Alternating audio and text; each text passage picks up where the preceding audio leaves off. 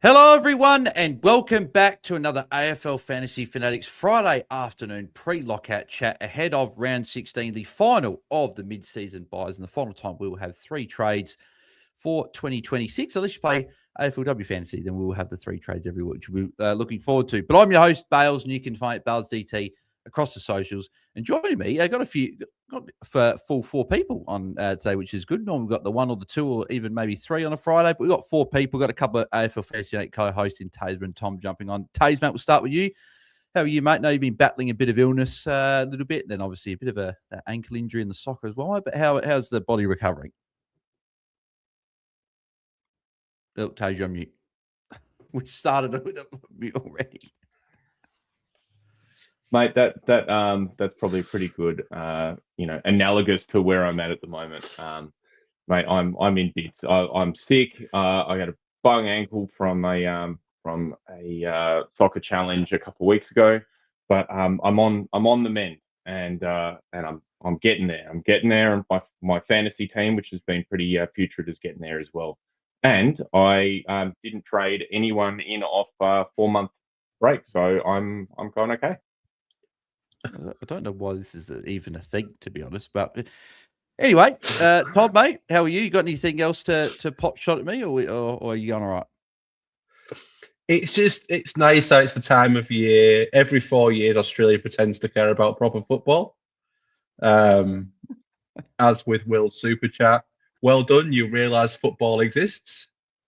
And also watching your game today at work, I preferred to do work. It was that bad. So yeah, we'll leave it there. We don't normally see people playing a low block and 5 at the back against Australia, but this is the world we're living in. So there you go. If anyone watched that game, it wasn't the most entertaining game, unfortunately. And I did refer to a bit about AFL Fantasy a little bit at the start because we're getting close. And jumping on is Liam from Free Kick. Liam, mate, to chat some Ben's Fantasy. How are you? I'm very good, Bales.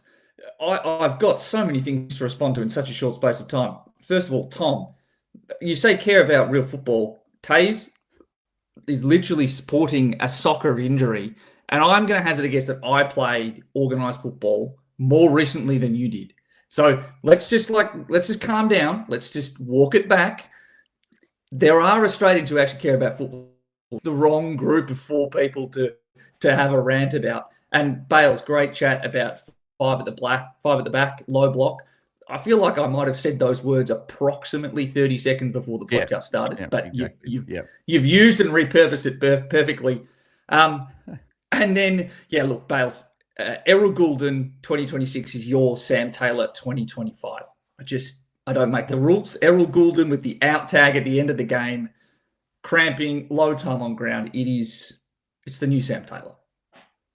No, and I'll rebut that and say that he's not new Sam Taylor because Gordon's going to go 150 next week. Got the Dogs. It's going to go big. So Sam Taylor at least had a low break even. Don't bring the Sam Taylor trade was a good trade. Yeah. Like that could have worked. Don't bring Sam Taylor into this.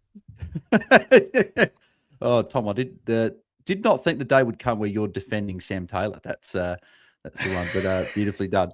But we did have. I also had him. I just got off him after 1 week. Yeah, which is what I should have done. But who's holding on to that? We had a game of football last night, which Liam did refer to. The return of Errol Goulden and giving me a heart attack at the end when the AFL app did its standard injured and then out, thinking that it's an injury, but it was just crampy. Looked pretty fine after the game. But Will Ashcroft, Taezer, I think you may have even traded to him this week for a 134 on debut, mate. You'd be pretty happy with that, up to his usual standard best of the 14-meter little chip marks and infuriating as a non-owner, but it would be wonderful to watch as an owner for sure.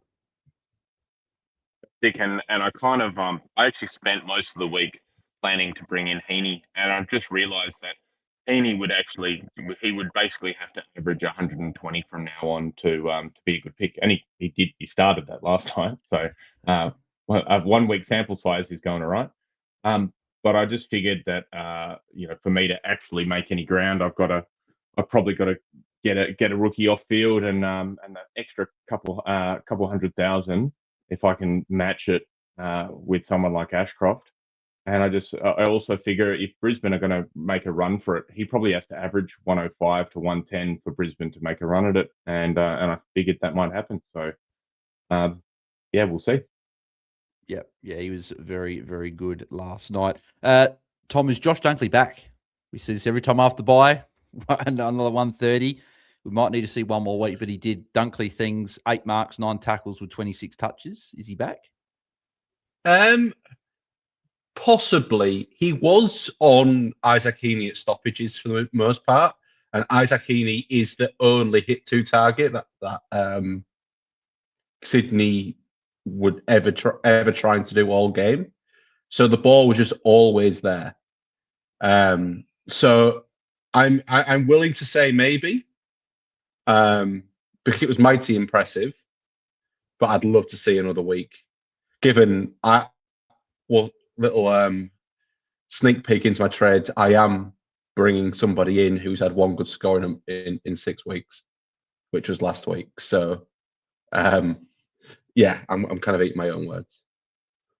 Yeah, we'll see how it goes, and we'll see what you are doing. Chad Warner was fantastic last night. Probably not going to get as much chat because they did lose, but 28 touches and 4 goals. It's 4 tons in a row. So Chad Warner certainly bucking the trend at the moment of a little bit up and down. He's certainly been very, very good over the past month, along with Isaac Heaney for a 126, going very nicely. Callum Mills got plenty of midfield time for a 103, and then Zach Bailey got a 103. Brody Grundy, I was about to say Errol, but Errol also got an 84 as well. Didn't look too. I did as someone that brought him in. Okay, yeah, people say some people on this pod say I should have brought him in, but at the end of the day, I was pretty keen on it. I looked at all the scenarios of what it could have done, and I thought he got a little bit unlucky with some of the. He got burnt a little bit. It was always going to be a lower score, but I've got him in for the long run. I think he's going to be a top 8 mid still for the rest of the season. But Liam, I'll just ask you about Brody Grundy. Scored that 80, but certainly saved that. I think he gave away, would have been 5 or 6 free kicks, I think, with that 5 free crossing kicks. the line. Yeah, I don't think Laddams will be there moving forward. That just didn't work. But your thoughts on Grundy last night? A disappointing one, given that it was and it was also a case of using his own weapons against him, because that pulling up just before the line, getting the other ruck to overcommit and come over, that was his move from the preseason. That's what he used to school the living bejesus out of Nick Madden. It was the first time I kind of saw it. I think he was trying to do something similar last night a couple of times, and it looked like the ground was pretty choppy and pretty slippery. It felt like most of the time he was going over, it was as a result of sliding as opposed to being too clumsy. I don't love the low game time more than anything else. I don't think Laddams worked. I think it was the excess time on the bench in the second half that was probably the most concerning element for me. When you factor in how much time he actually spent on the bench, and even in the fourth quarter, a lot of his time on the ground was actually spent forward of the ball.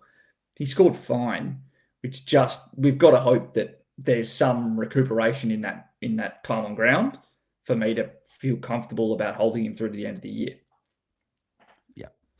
Yeah, hopefully if Laddams isn't there, he can start getting back to the form we saw would have been just over a month ago. He's been a little bit down last few weeks. And then, boys, this guy's probably closer to the Sam Taylor Taezer before you mentioned there as well. I just want to get this out the way. Ty Gallup, 77. Might have to be, didn't have to think I'd possibly need to bench one of Farrow or Hawker Hahn, Taze, but here I am. But your thoughts on what you were going to say just before that? Sorry, the Ty Gallup thing threw me. I didn't realize he was he was a relevant name. I was just going to say with Grundy, probably the biggest reason to just do nothing with Grundy right now is there's no really obvious trade too. So Gawn is on the buy if you don't own him. Darcy Cameron's not looking great if you're thinking of trading into him. Luke Jackson has just had Sean Darcy come back into the team, and quote from the press conference from Justin Longmuir was that they might look to rest Jackson if the game suits it. So I don't think it suits. There's no one obvious to jump into this week, so just hold. Hold for a couple of weeks if you need to. Wait until something becomes really obvious, whether it's Tim English, whether it's Rowan Marshall, or maybe next week, as I'm expecting, Grundy plays Doggies, who are a high stoppage team. They only play with one ruck, so there's no benefit to having two rucks for the Swans, and he probably goes 120. Yeah, I expect I expect McLean back as well. Yeah, And I was surprised that he got out, dropped. McLean back in. Yeah, I was surprised McLean even got dropped. Maybe they were too tall, but yeah, you think McLean comes in for Amadi, who might be out there. Darcy Wilmot was a little bit quiet there. I think playing with a bit of an ankle injury, from what I heard a few people saying across X and that. So yeah, disappointing score for him, but obviously with the injury certainly impacting that as well. But yeah, cool. That is it from the game last night. We'll get through all the other usual bits and pieces. We'll go through what we're looking at, trades, captains as well. We've got a couple of super chats here, which we'll get into to start off. So Will's got a super chat. I think it was just was it just a comment from before saying about the Socceroos qualified, high game to watch versus Paraguay though. Liam rage batting, poor Bales, mate. No, it's all good, mate. All fun and games here. All fun and games. And then we got a super chat from Tim as well. Thank you, mate. He's saying, "Hi, my name is Tim." He's introducing himself to Liam. He's looking at doing Sinclair to Banks, Rechko to Murdoch, and still to Merritt. And Taezer nearly died when I was sick. Apparently. No. I'm just going to clarify that. Sorry, just 1 second. I'm just going to clarify that. I don't think it's Rechko to Murdoch. I think he's doing Rechko to Herbert. Yeah. Yes. Okay. Yeah. I thought that might be the case. Yeah. So that makes a little more sense. Yeah. Yeah. You're ticking those off. They seem like fair enough trades to me. Yeah. Yeah. Yeah. Well, actually, just talking about Merritt, do you think that enjoy Foss the could cash in go the bank. to? Yeah. Exactly. Do you think that Merritt could cop some Foss tag even if he's playing across half back, or do you just think he'll go about his business this week? I don't think it'll be Foss. I think it might be Simpkin. I don't see Foss going forward of the ball. I see more Simpkin or a Constanti type going forward of the ball. Yeah, Constanti could be a good shot, yeah. That kind of player. But I do see somebody going to Merritt this week, because it worked so well last time. I agree. So I think the main thing that made Foss so helpful last time is that Merritt's post-tag position is so frequently to split forward. That works perfectly with Foss, because his second most natural position outside of midfield is obviously that half-back as a lockdown. That really works well for him. I think that as a half-back, and with the quality of his ball usage, it's more likely that someone like Constanti is the player that ultimately gets the responsibility. But if it is one where he is starting to have impact, a 30, 40 point, maybe 10 touches in the second quarter, I wouldn't be shocked if a post-halftime adjustment is some more concerted attention. It's helpful this week that we don't really need to rely on him as a captain option, because I think that there are far better 120 pluses available with much less risk. So in that respect, I think for the rest of the season, he's a very solid pick to have if you are thinking about Baz, Nazaya, possibly Rowan Marshall across the next 2 weeks, more than bring Merritt in this week, knowing, okay, risk of lower score, but on the basis of a ability to score basically whichever position he's ever played in over the last decade, he will end up as a top 8 in some respect. Don't over-obsess on a potential tag and just bring him in. Yeah. Well, I agree with that as well. I think he'll be one of the top scoring mids, probably top 5 or 6, I think. So, yep, still like him. And Tim, hope you're feeling a bit better if you are sick. I know there is a bit of illness going around at the moment. So if you are sick, hopefully anyone out there is going okay. Obviously, if you guys got questions, as always, send them through in the live chat there. We did have Planet Ocean asking Liam, because we haven't had John for a few weeks. What is your current rank this season at the moment? What's your overall rank at the moment? Look, I'm having a pretty solid season. Going into the week, I was at 765 rank. I dropped back about knots last week, but have moved up from about 2K up to 700 odd during the bias. Right. Beautiful. Definitely helped by the fact that I held Nazaya through his injuries. probably the only thing stopping me from having a better bias has been the Jack Ross concussion delay, limited information. I ended up trading out last week, which worked insofar as I brought in Josh Dacos as the replacement in the end. But I'm now kind of a little bit stuck for trades and potential value to bring in Baz next week. But yeah, happy with how the side is looking at the moment. I've got a complete backline. I've got a complete. Well, I'm basically just looking to complete my midfield next week, and then I'm ready to launch into round 17. Beautiful. What are you? Well, good segue. What are your current trade plans at the moment? We'll go through obviously the boys now. We'll start with you. What are you currently looking at the moment? So I did Sinclair to Heaney. I'm doing Rechko down to Herbert and Milan Murdoch, currently up to Isaac Rankin. But it's the Rankin where I may need to consider a slightly cheaper option. JHF sits there, Daniels, Durham, all ones that I'll consider over the next little bit, because I do want to make sure I've got enough cash this week, given that Sarong is going to lose cash. Sarong was going to be my launching point for Baz. I need to make sure that I actually have enough cash to get all the way up to Baz's, 1.1. Otherwise, if I stick with Rankin, I'm probably looking at someone a little cheaper, waiting a week on Baz with his high break even and a tougher matchup, and going in round 18. Yep, I like it. Just actually quickly on Durham, as you were talking about him there, with Setterfield and Setterfield's still there. Obviously, Sardis is out, but Caldwell and Parrish back in. You still see him being one of the top two mids, I'm assuming, and I'm sure you're cheering because I got it right. Yes. No, I was actually. I love the fact you got Sam Durham right. The service that the traders have done in calling him Durham for 3 years has driven me mad. But I'm actually saluting the fact that Sardis is out, because I'm just so glad that people have seen him play for a month. I never have to hear from people being like, oh, if he just gets a run, he'll be great. He'll be amazing. He's dreadful. That's what I'm celebrating. I expect Durham to be inside the top two midfielders, particularly now that Merritt has moved out of there. I think it gives some capacity for it to be flexible, based often on the tank of Darcy Parish and his body. I think Caldwell is the player I'm most interested in watching for the next 2 weeks. He's very, very cheap.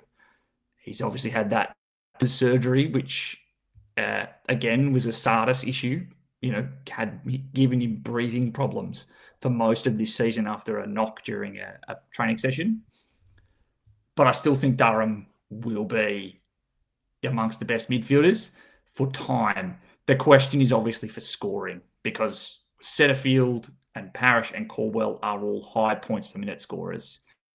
Durham can do it in some games. We saw that 130, even the 10 minutes he wasn't injured against Richmond when he eventually got his head knocked in.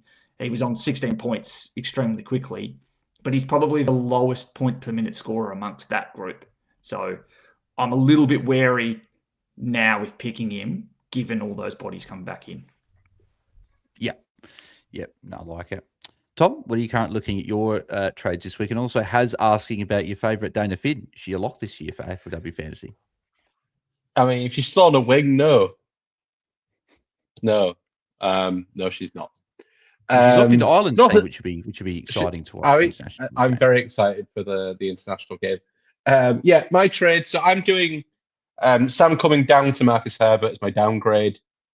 And then with cash in the bank from last week, it allows me to do Murdoch up to Rankin and Jack Steele up to Andy Brayshaw in my midfield. And it also means I've got 340k still in my bank to be able to go and get Naz next week, which gets my last rookie off. So I'm quite happy how I've managed the buys, touching wood of no absolute carnage. But with that cash in the bank means I can just do an up to a Holmes from Faro automatically without using another trade. So I should be all right without a couple of bullets. Andy Brayshaw's the spicy one. My rank is horrendous. I'm around 20k. My team value is not great either. I just can't afford to go up because I've still got too many guys I don't want in my side and not that much coming in off the bench. I like the matchup for Andy Brayshaw. It's going to be wet over here. I liked how he played a slightly more defensive role last week for Geelong, against Geelong. And I think like that kind of role in the wet can lead to 10 plus tackles, which we've seen do in the past, and really get that cash going up. And it only has to be a month-long play if it doesn't work, because that break even and that 130 and hopefully a good score this week against an easy Gold Coast will allow me to get to an option I'm more comfortable with longer term in a few weeks. Question for you. How does the return of Young and him spending more time in the midfield, where I think ultimately Desire from Longmire have in play, does that affect the time of someone like Brayshaw? We know that he can drift in and out of games, drift onto the wing. Even in that defensive role, I think a team like Geelong is great because they've got a whole bunch of targets, or he sits with Atkins and just tackles each other. Is there a belief that there'll be consistency in this scoring, or is he someone who gets shifted as Young spends more time in there? So he doesn't get shifted, and Taezer can be he doesn't really get shifted. He's not gone below 60% CBAs this year at any point. But how long have all been healthy for? Is my question. But with everyone fit, he never went below 60. He had an 83, an 80, a 78, a 73 with Young, 84% 2 weeks ago with Young, 75 last week with Young. I'm not that worried, if I'm honest. I see more of the Bolton Reed types spending more time forward with Young coming in. I think Brayshaw is the mainstay in there, as probably the most defensive-minded inside mid of the lot of them. So that's my preference. And he just has the scoring pedigree that I'm looking for. Like, I have considered a Hewitt, because obviously great run or decent run the next couple, but I just think I've just got to go with the guy who's averaged 110 multiple seasons. Freo scoring more points now. And thank you to people in this chat for talking me into this week. I'm going to I'm going to put credit, and it's my decision if it goes wrong. But that's what I'm doing. Tom, I was just about to say you're so convincing that Tom, you're so convincing. I think I'm going to bring Brayshaw in, and it's a really good idea. And I can't believe that I didn't think of this move first. You did, and I gave you credit. Oh, Taze, yeah, well, it's a good segue, mate. Your thoughts on your trades? Well, on your thoughts on, do you think, Brayshaw, you obviously like as a pick, and then your trades as well? Yeah, look, pardon me, that's not the cough. That was a cough button. But yeah, look, I just think he's got a good run, and his break even's going up the right way. His scoring is on the improve. I noticed a little bit, I think because Freo are starting to get up, they're actually starting to manage the game a little bit more. So they've got their forward handball game going, which they've had been the way they've been playing. But I've noticed they're getting up and then holding a lead by kicking the ball. So taking a lot more marks in the second half. I think that's good for Brayshaw. I think some wet weather's good for Brayshaw. I'm not really concerned about the other players or anything like that. He just thrives off high game time, high CBAs. I think he's on 75% for the year. I'm just happy with it. I'm happy. It might be something that can stick around, and it might be something that in a month he is a short jump up to a Baz or one of those guys. I don't have an Errol Goulden when he comes down in price, or one of those guys. Yeah, I like it. And then my trades this week, I am bringing in Artemis from Rechco, because that puts Farrow / Hawk Hunt into my midfield, but it also allows me to have the choice of taking Ty Gallop 77 off the bench or not. So I think I'll just wait until the showdown tomorrow night, see if I need to bench one of them, see if I've got a few lower scores by then, and I'll be able to go that way. Plus, Artemis will give me the ability to loop between a Banks and a Hulkahan Farrow for a couple of weeks at least. So I do like getting him in for that red dot at the moment, because I think he'll eventually come in. Jack Sinclair is going to Sam Banks. I do like Sam Banks. We're chatting about this a fair bit in a group chat this week. I like the fact that he's played full-time off halfback last fortnight. And he's got Collingwood this week, Carlton a bit trickier, but then Melbourne. So two of the best matchups in the next three for halfbacks. And that allows you to bank some cash as well to go Murdoch up next week, put Gallup forward and go up to Naz and get my last rookie off field.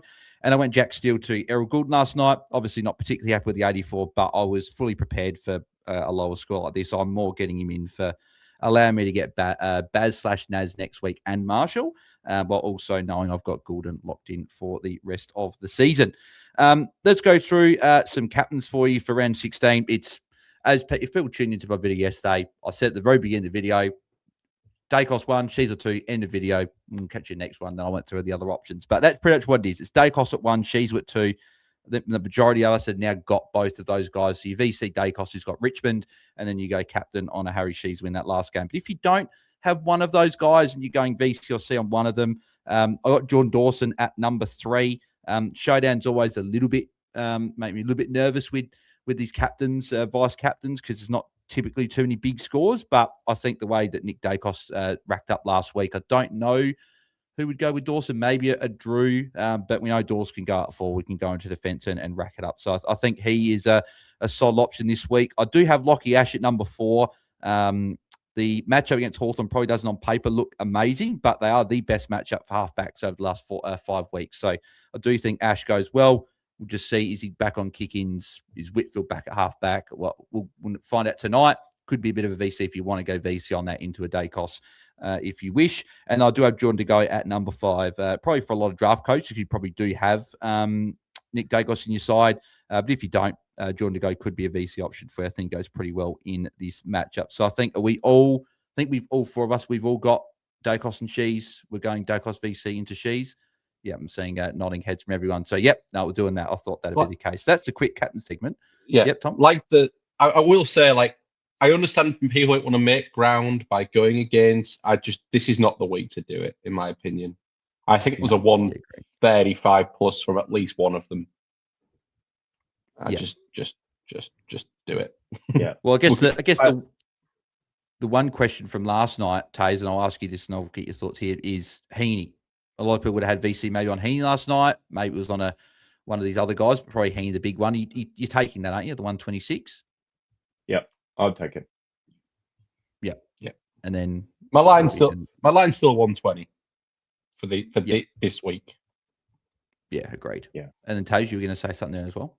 Look, I was just going to say a big reason why a lot of trades are tricky this week, and captains are tricky this week is because the most of the highest scoring and conceding sides are not playing this week.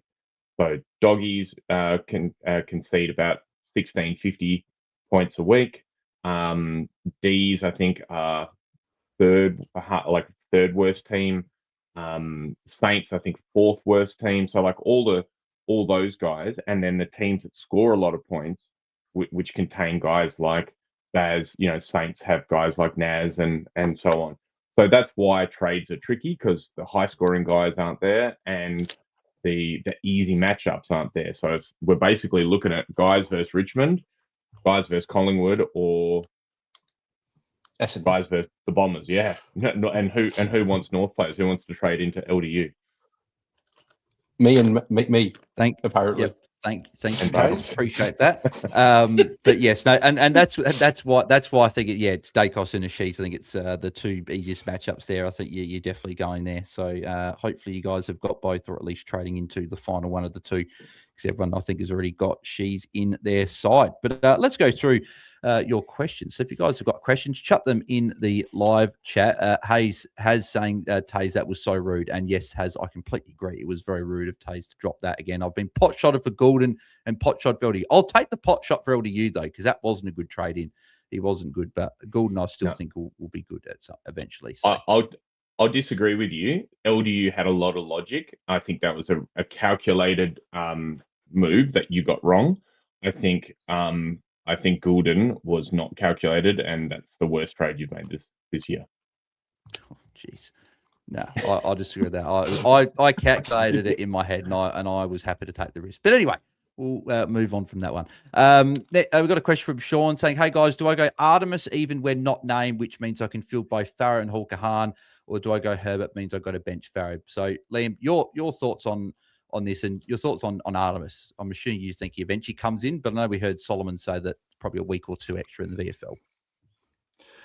I think it's fine to bring him in. I think you've got two other options now below 300k. You've got Anand and Josh Goda are both defender if you need a body this week. I think it's perfectly acceptable to be trading Farrow out for Herbert, though. I think that's a incredibly reasonable move to make. There's obviously a couple of WA boys on this pod, but I think Herbert showed something in that second half that says to me that, particularly with Lindsay also not staying in the team, that he's at 60. And I think that's the player I'd be preferencing. There's every reason to believe that as much as Artemis may come in, the Bombers' injury run is horrific. He is a far younger mid-season draftee than a lot of the best scorers that we typically get. We've already seen Hawker, mid-20s or mid to early 20s, Fitzgerald, Herbert. They're all in a certain mould, and I think there's definitely a risk with Artemis. Like, as the Eagles fan, I'm bringing Herbert in. I am a little bit worried. I don't think his job security is foolproof because, as you said, Lindsay got dropped this week. Like, I think he's 2 quieter games from not being in the side. Like, we have. I'm not saying it's good depth, but in that position we have halfbacks, and 2 of them are our co-captains, and they're probably our 2 worst this year in that position. But neither of them are going to get dropped in Baker and Duggan. So there's limited spots around that, especially if we want to go one taller, because having Starcevich as third tall did not work before the bye. So I'm a little bit worried that there are players to come in if there's a couple of quieter games. But I still think he will be a great scorer. I think he's going to be great, and I'm bringing him myself. So, but that's just a little flag. Yeah, good flag to raise there as well. Elizana says, I wouldn't be surprised if LDU goes 150 this week after everyone trades him out. His stats at Marvel are really good. Well, that would certainly be a start of making up for last week. I'd like to think that'd be the case, but we'll see what happens. I do think Setterfield will do a bit of a, not a tag, but sort of stand next to him at stoppages, I think, just looking at it. Why are we ground scouting? Why are we talking about a player's average at a certain ground? There is very little correlation between location and scoring, unless the ground shows to be like in gale force winds. Frankston. Basically, unless it's Ballarat, Frankston, Casey, North Sydney Oval. So AFL grounds. Stop ground scouting. Start team scouting. Yeah. LDU is extremely inconsistent. Yeah, agreed. Yeah, the grand scouting. He's had his best score at Bodone, right? Down in Tassie where it's 6 degrees and windy. That's as far away from Marvel conditions as you can possibly get outside of, Alice. Stop ground scouting. Yeah. There you go. I mean, LDU's been really consistent. It's been really consistently bad. Yeah. Yes. Consistently inconsistent. Yeah. No, just bad. Yeah, and Tom, you know better. Well, I know that you brought him in. I've had him longer than you. That's what I mean. So you've watched him for a lot longer. Has asking here, what would you take from Hugo Hulkan looping with Farrow Taze? What would you want from Hulkan? Would you want maybe best 18, depending on what you're looking at? Maybe 75, 80? Is that what you're looking at to try and get a score that would count your best 18? Yeah, probably. It does depend on, because it's best 18. You probably want to think about who you got to come and how many rookies and that kind of thing. You know, whether, like, if you've got other guys, Herbert, yeah, look, there's heaps of rookies still to come. So so you need to factor that in. But certainly, like a 70, I think I'd take that. Yeah, I think and the Hull can't play. line could go down to 65, depending on, again, Mm. how many rookies you're expecting to have play. Yeah, exactly. Because a lot of people got a lot of rookies this week with a lot of premiums out, and Hull can't play Saturday night. Farrow plays Sunday, so you should be able to get a bit of a gauge of how these other rookies are going. Like Retchko Cumming play like the middle game tomorrow. We'll have a huge amount of other rookies that will play before then, so you'll be able to get a bit of a gauge. But yeah, has some around that. Yeah, I don't think Andy McGrath helps Farrow. That's another guy who Essendon are going to want the ball in their hands, rightly or wrongly. You can argue whether that's a good thing or not, but that's another guy who I think, well, as captain or was captain. I disagree a little bit, Tom, in that I think they're happier with McGrath playing a bit more lockdown, and I think it's probably more so relevant that North are just a restrictive side for defenders. So I think that's a bigger fact than because I mean the guy who was going out was Archie Roberts. It's not like McGrath's going to command more ball than Archie Roberts. Archie Roberts loves a 20-meter kick sideways though. To his mate to put 6, it's kick it back to. Well, McGrath would probably enjoy it too if he could actually pass, nail someone from 20 meters, but it's a bit far. Yeah. It's rough. That's captain too. Okay, just on the Bombers back line, I think the reason why I'm a little bit down on Farrow isn't just. I think there's actually a case for why McGrath is, but I think the main one is actually a healthier Jordan Ridley.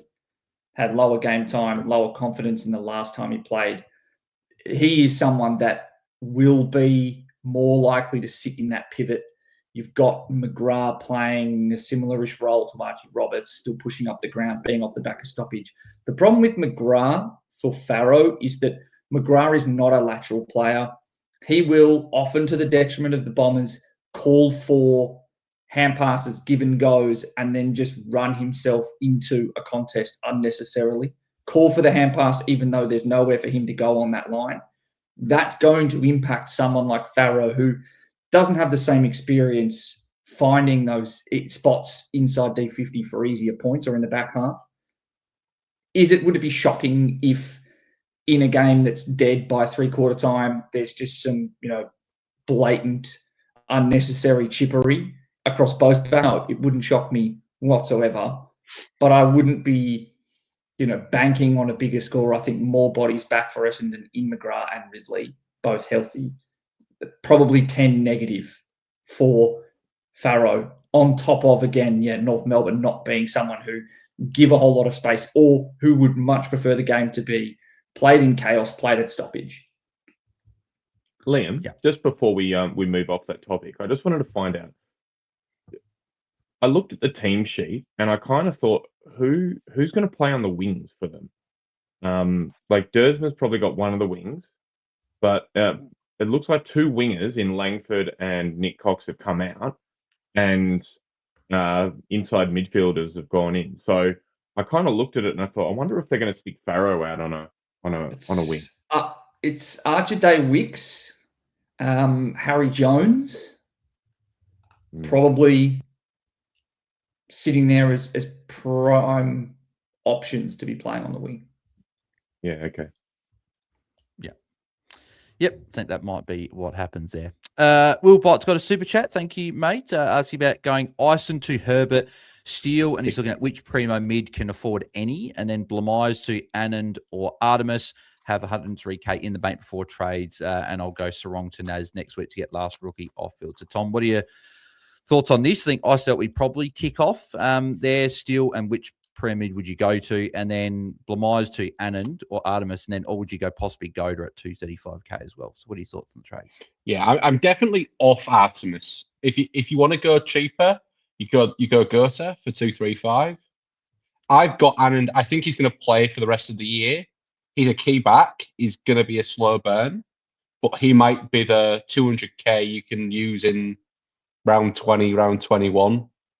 That gets you from your M8 up to the 1 big midfield you don't have. So I don't mind Anand there. We don't know about job security of Go. So I think there's other, like, North have got a million of these players. Just which one of the he's going to play for a week and then not play again. So I probably got Anand. Primo mid, can't afford any. So you've missed Heaney. I don't think I'm going Merritt. I think despite it being Freo in the wet, if you want a primo mid, I'd go Anderson. However, obviously I'm bringing in Brayshaw myself, and I have the cash for Anderson. So yeah, but if you want a primo, I think it's Anderson of the ones that's left. He did ask for a primo, which is why the answer's not Brayshaw. I would preference going Merritt over Noah Anderson. I think at this point, the bottom of their season in neutral and coasting through. That's why Zach Merritt's not in the midfield. He racks across halfback without Roberts there. I think there's something terminal at Gold Coast. Their lack of clearances is dreadful. And I wonder if Nando is someone who has to see a bit of his role shift. He is the captain. You can clearly see he's riding every single bump up and down. I feel like if he's as good a captain as he's clearly talked about in some circles, he would be probably one of the first people to offer a change in his role to try and help with their clearance capitulation. Is it guaranteed to happen? No, but I'm splitting hairs between two players I reckon score, over 100. That's why I preference Merritt. Yeah.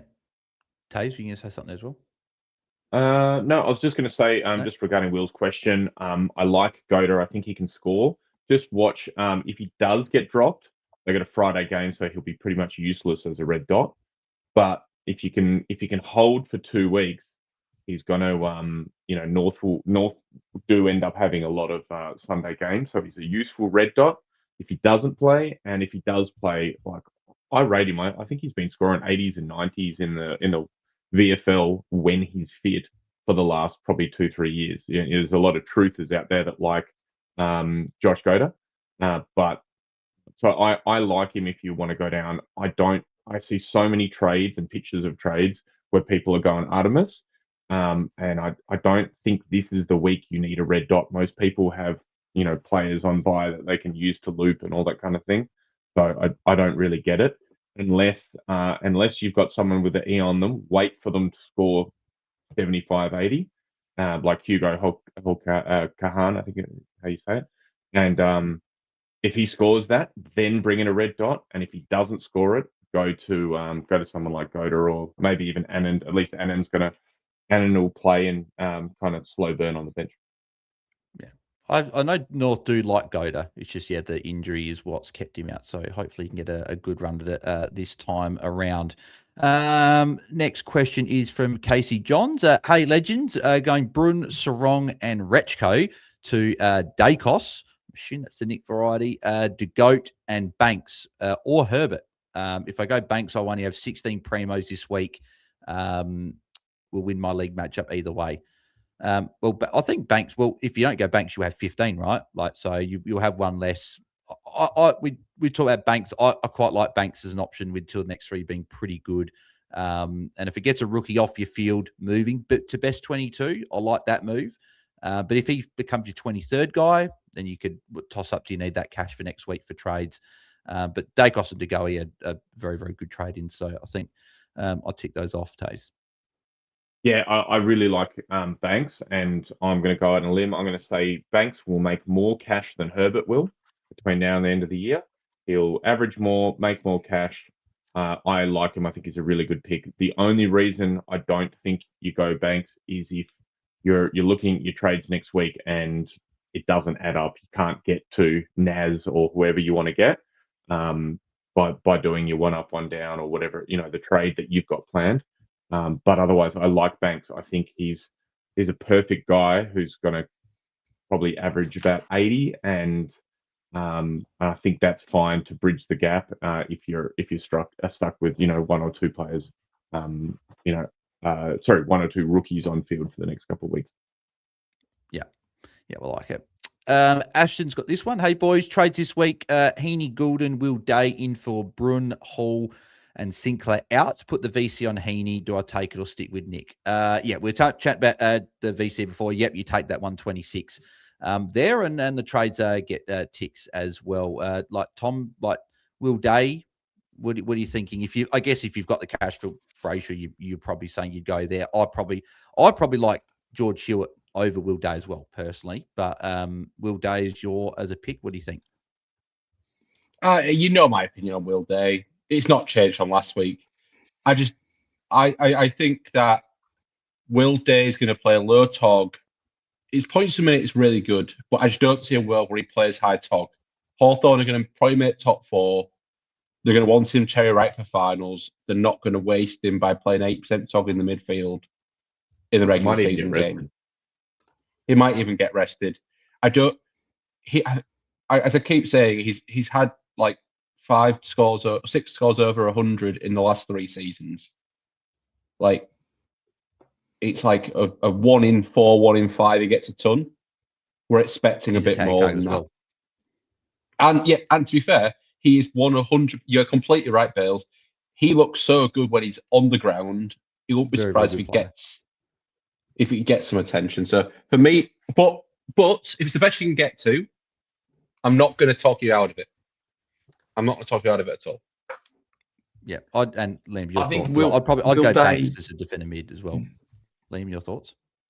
Yeah, Will Day. The massive problem, right, is that if he is scoring well, he is playing well. Like, he is a match dominator. He is immediately a target for attention.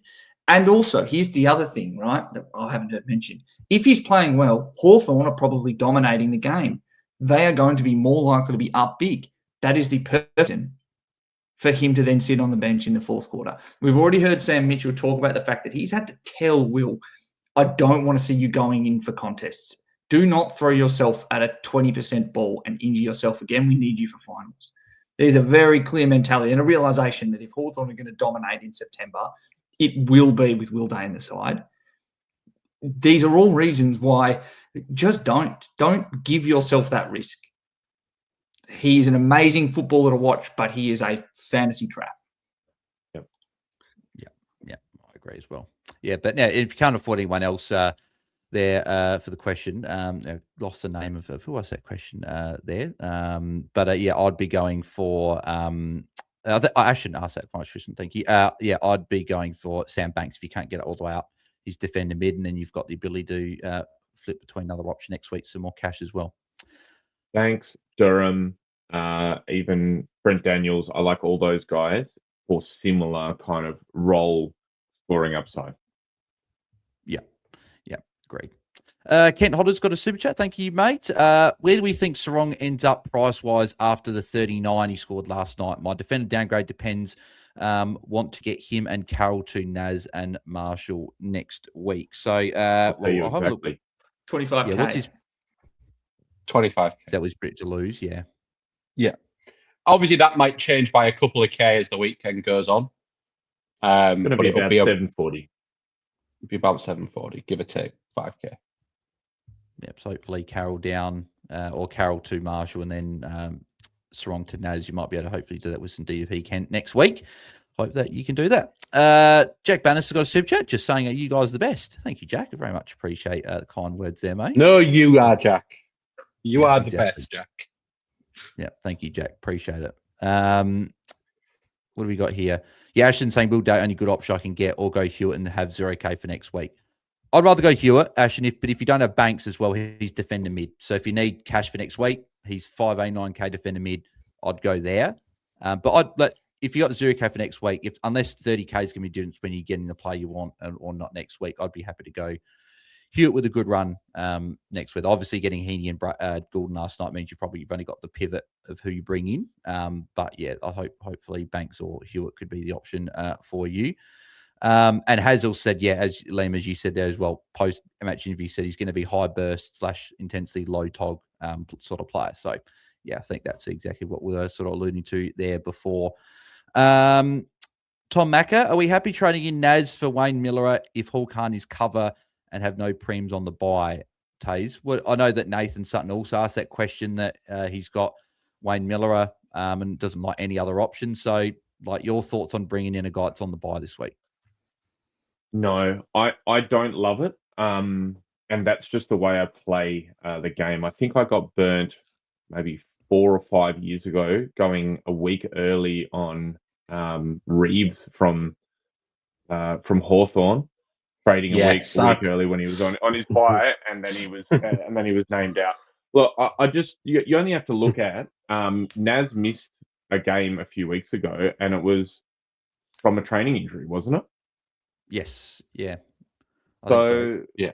like I don't see any upside to it. I'd rather you just get a rookie or a cash gen, like someone like Banks, and then make a bit of money, get another score for next week. Or if you really just get a rookie, just cash gen, or the trade is worth more than that. Cash up and get a play next week. The only other caveat I'd give is if you've got enough players playing, see what your emergency scores, and then decide after, because Naz is, you can trade into Naz up until the last game, so you could always just have him as an option if you're happy with your score otherwise, and maybe if you want to access a loop.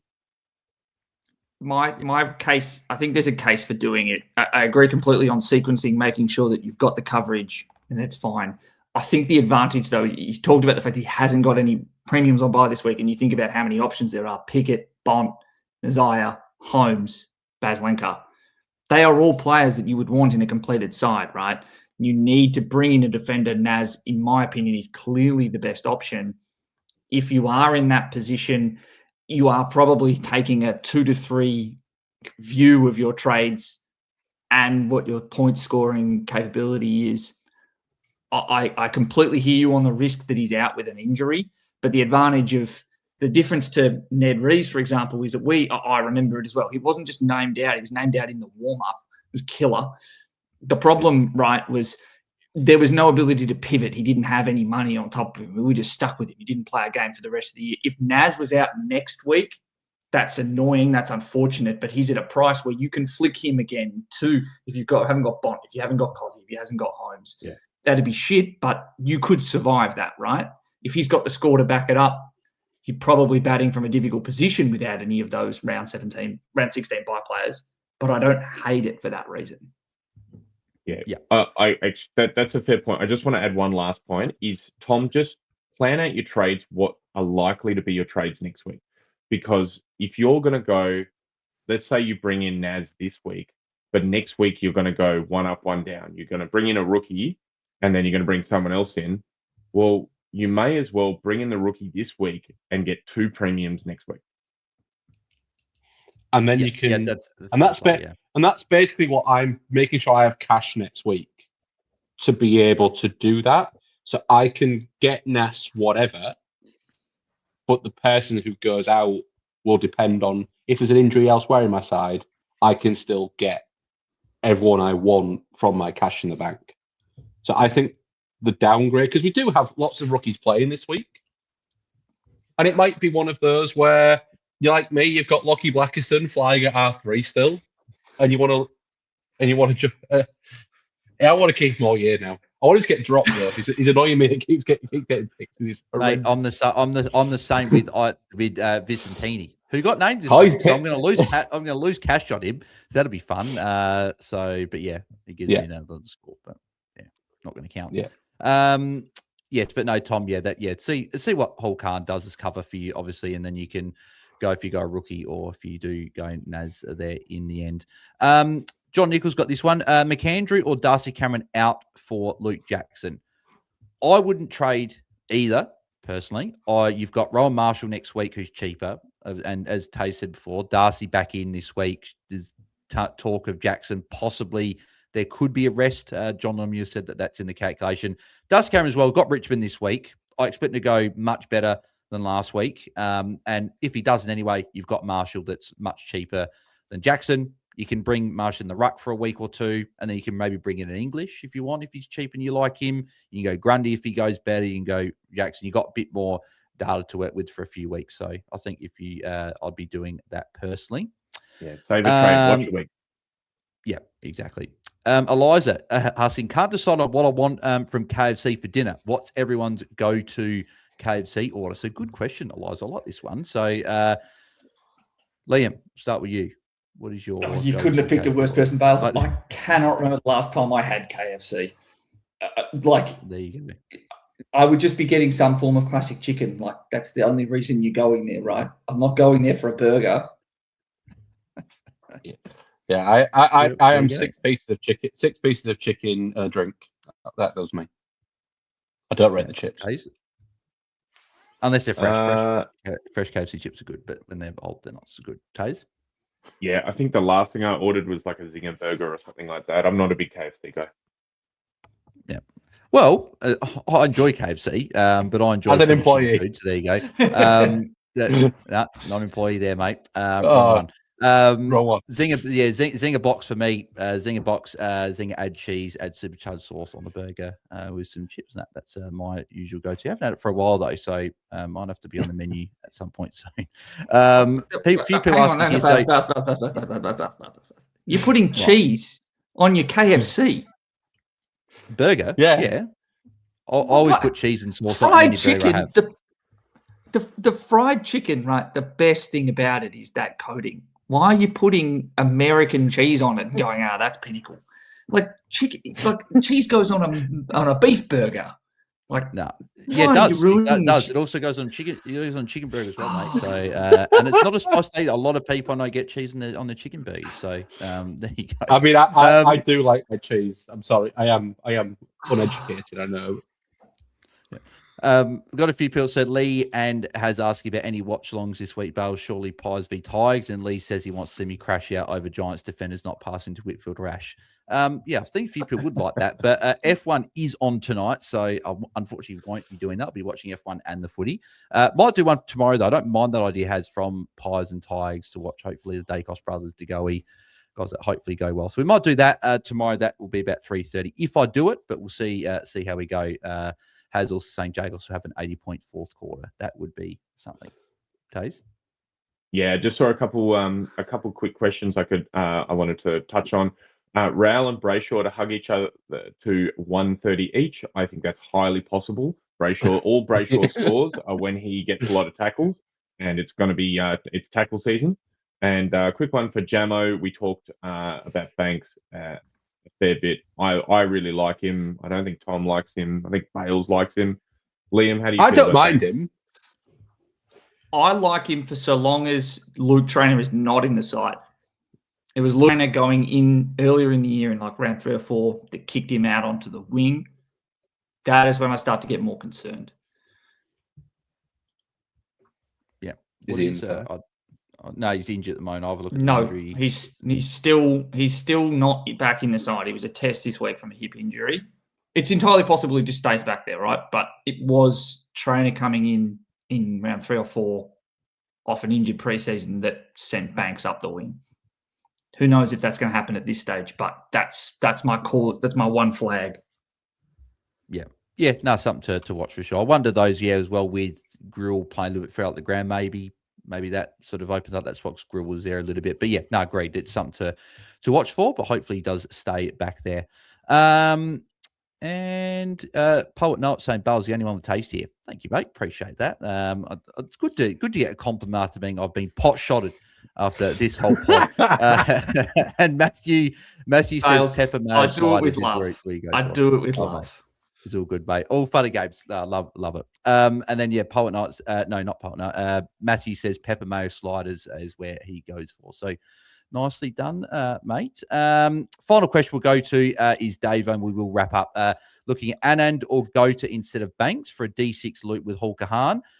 Cash up to get both Heaney/Baz and Naz next week, or stick with Banks to get one of the 3 next week. So, Tom, your thoughts now? I think, does this just come down to, does Banks get your last rookie off field or not? Is that probably what it comes down to? If you he's going to do that next, but doing the downgrade gets you both Naz and Baz. I think I want Naz and Baz, so I'm doing, and I'm doing.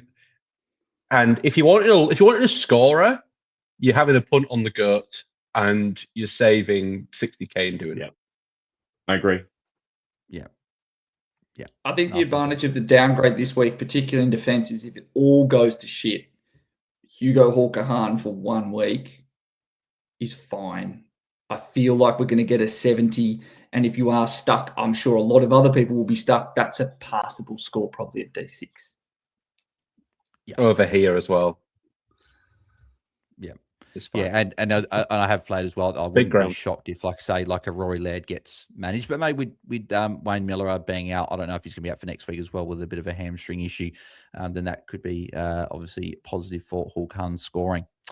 Alrighty, well, that will wrap us up there. We ticked just over the hour mark. So thank you for tuning in, asking your questions. Apologies if we didn't get to your question. Hopefully, we'll get to that. And if you are watching on the replay as well, comment in the comment section below what your go-to KFC order is. Let us know. It'd be interesting to see what people get. Liam, thank you for jumping on, mate. Your trades and your, VC and C, I'm not going to worry about asking him because we're doing the same thing. VC, Dacos, and Ashies, but your trades for the week for those that missed it before. Yes, so my trades at the moment are Sinclair to Heaney, Rechko down to Herbert, and then Murdoch up to Isaac Rankin. Beautiful. Like those, mate. Tom, your trades for this week. Yeah, so I'm doing Murdoch to Ranking. I'm doing Cumming to Herbert, and I'm also doing Jack Steele to Andy Brayshaw. Yeah, like those as well. Taze?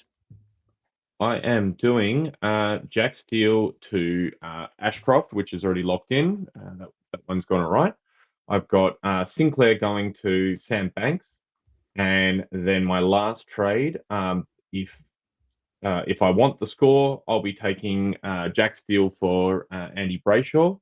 And if I think I'm sitting quite pretty going into that last game, I may pivot to Murray and bring an extra 400 or 500k into next week. Yep, like that as well. And then, yeah, I've gone Sinclair to Banks. I've got Rechko to Artemis at the moment to take the Gallup score, but I'll see how I'm going with that if I need to take the 77 or not. It'd probably be Goda if I do pivot because I think I want to save the 50-odd K between him and Anand. And then Jack Steele went to Errol Goulden last night, so hopefully Goulden can go bigger for me next week.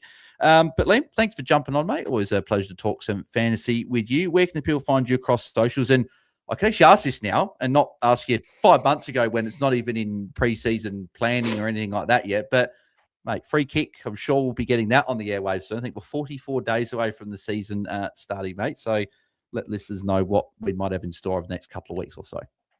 Yeah, look, we are in the depths of our pre-season, putting in the hours on a lot of episodes being recorded, a lot of interviews being recorded, a lot of words being written.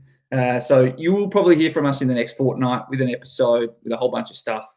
During the preseason, if you are playing AFLW Fantasy or you're just a fan of the AFLW game, we do an episode on every single team. We have an interview with a player from that club, which I don't know if you've ever had to play AFLW Fantasy before, but the biggest battle is getting enough information. There are nowhere near as many track watchers. So there will be a whole bunch of stuff over on the Free Kick Pod. A lot of that stuff also comes out on the official AFLW Fantasy podcast streams and platforms. And yeah, you can find us across Twitter, across Instagram. We've got a Substack as well where we write articles about all the teams too. So if you are looking to play AFLW Fantasy at all, Free Kick will probably have something to help you. Beautiful. Thank you, mate. Make sure you do check it out. And if you haven't played AFLW Fantasy and you want to give it a go, I'd certainly highly recommend it. As I know Tom will as well. So Tom, where the people find you across the socials? Yeah, you can find me on X at Tom_Hales_. Good luck this week. I hope it all goes as well as Will Ashcroft did last night. Yeah, beautiful. Thank you, mate. Taze, where the people find you across the socials? Thanks for jumping on. You can find me at Taezer87, and you can add Taezer's Titans on foes. Yeah, beautiful. Thank you, mate. And you can find me at BAILSDT across the socials, us at AFL Fantasy Fans on X. My team is Bales Nails to add across foes there as well. Tom's is Pom United. And Liam, for anyone that hasn't added you, yeah, your team name for foes? My team name is Gaslight Gatekeep Girl Boss, but the girl in Girl Boss is Sam Grill, GRLJ.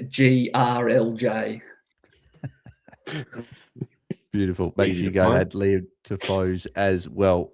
We'll ask you who's winning F1 tonight. It's just practice, so there's no winners tonight, but certainly won't be McLaren the way they're going, unfortunately. Probably be Mercedes or Lewis Hamilton, but we'll see how it goes. Anyway, thanks everyone for tuning in. Good luck for this week. Good luck with your trades. Good luck with captains. Enjoy the footy. Enjoy F1. Enjoy World Cup or whatever sport you're watching this weekend. Enjoy the weekend. And we'll chat to you guys Sunday night after the final game, as always, wrapping up the final of the buys. So thanks, everyone. Enjoy the weekend. See ya. Bye-bye. See ya. Ciao.